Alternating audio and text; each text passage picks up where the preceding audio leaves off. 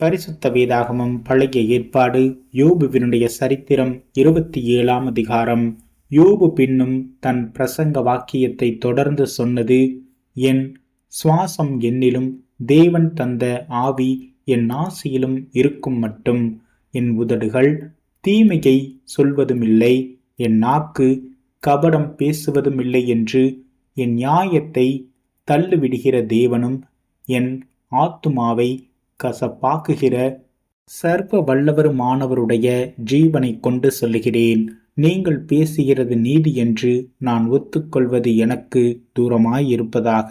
என் ஆவி பிரியும் மட்டும் என் உத்தமத்தை என்னை விட்டு விலக்கேன். என் நீதியை கெட்டியாய் பிடித்திருக்கிறேன், அதை நான் விட்டு விடேன். நான் உயிரோடு இருக்கும் அளவும் என் இருதயம் என்னை நிந்தித்தது.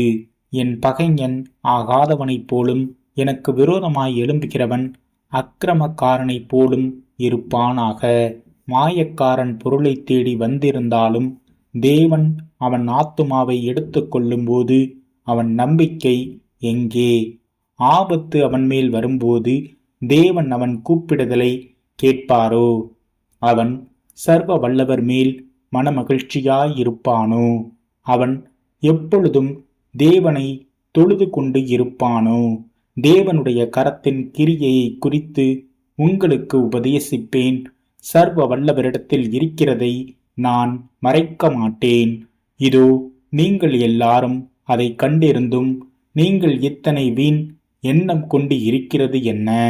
பொல்லாத மனுஷனுக்கு தேவனிடத்திலிருந்து வருகிற பங்கும் கொடூரக்காரர் சர்வ வல்லவரால் அடைகிற சுதந்திரமும் என்னவெனில், அவனுடைய குமாரர் பெருகினால் பட்டயத்துக்கு இரையாவார்கள்.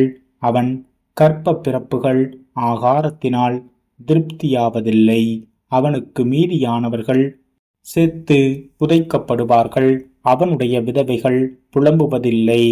அவன் புழுதியைப் போல பணத்தை குவித்து கொண்டாலும் மண்ணைப் போல வஸ்திரங்களை சவதரித்தாலும் அவன் சவதரித்ததை நீதிமான் உடுத்திக்கொண்டு குற்றமில்லாதவன் அவன் பணத்தை பகிர்ந்து கொள்வான். அவனுடைய வீடு பொட்டுப்பூச்சி கட்டின வீட்டை போலும் காவல் காக்கிறவன் போட்ட குடிசையை போலுமாகும். அவன் ஐஸ்வர்யவானாய் தூங்கி கிடந்து ஒன்றும் பறிக்கொடாதே போனாலும் அவன் தன் கண்களை திறக்கும்போது ஒன்றுமில்லாதிருக்கும். வெள்ளத்தைப் போல திகில்கள் அவனை வாரிக்கொண்டு போகும். காலத்தில் பெருங்காற்று அவனை அடித்து கொண்டு போகும். குண்டல் காற்று அவனை தூக்கி கொண்டு போக அவன் போய்விடுவான். அது அவனை அவன் ஸ்தலத்திலிருந்து தள்ளி கொண்டு போகும்.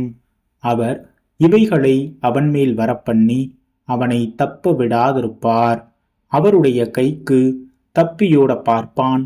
ஜனங்கள் அவனை பார்த்து கை கொட்டி அவனை அவன் ஸ்தலத்தை விட்டு விரட்டி விடுவார்கள்.